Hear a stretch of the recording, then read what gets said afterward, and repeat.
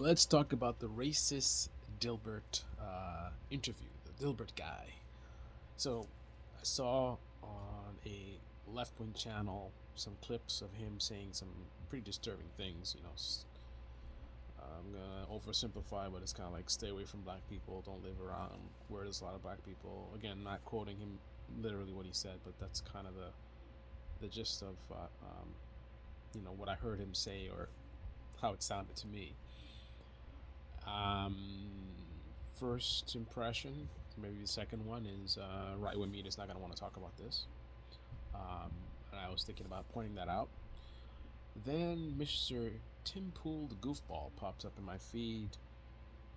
First, I hear Elon Musk was defending him, and I say naturally. Then I see Tim Pool in my feed, and he's like trying to launder it and like, oh, taken out of context.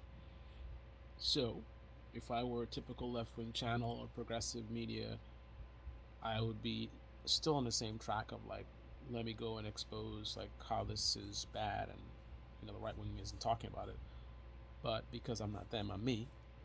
After looking at Tim Pool, knowing he's dishonest, knowing that he's um, very possibly trying to whitewash something that's pretty bad, um, in spite of that, my thought process is okay, so he wants to play games about out of context.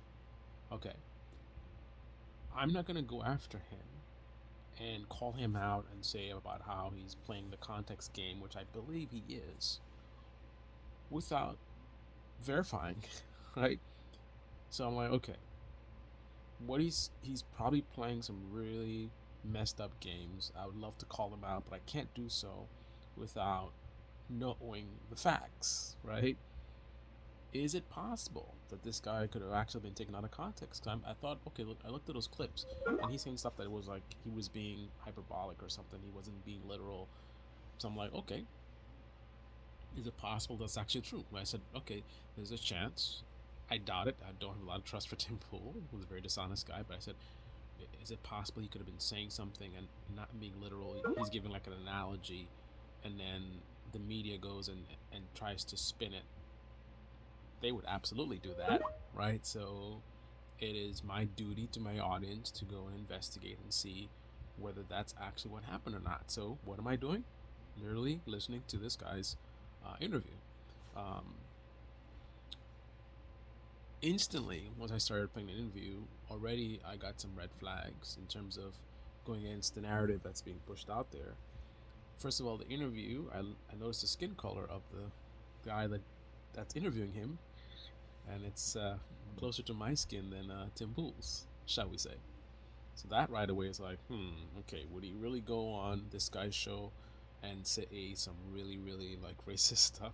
So that's the first thing that's kind of suspicious. Then right away I'm hearing him say stuff like he supports diversity, he supports don't quote me on this, but just generally statements like that. He supports affirmative action, I think he said. Um, you know, so I'm just like, okay. I mean, obviously he could be saying that stuff to play games, but right off the bat, it's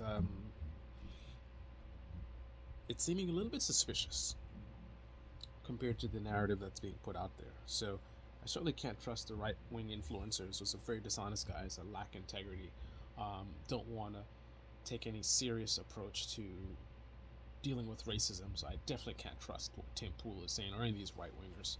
Um, and I certainly can't trust these progressive media guys. So, some of these guys are race baiters and either or just in a bubble, ideological bubble. So they will see this stuff in their Twitter feed. Somebody will post it and say, "Look at this racist stuff, whatever," and without investigating, they'll automatically like, look, this thing is racist, right? I know they'll do it, so they have no sort of credibility whatsoever. Ironically, just like the mainstream media, they like to critique, right? So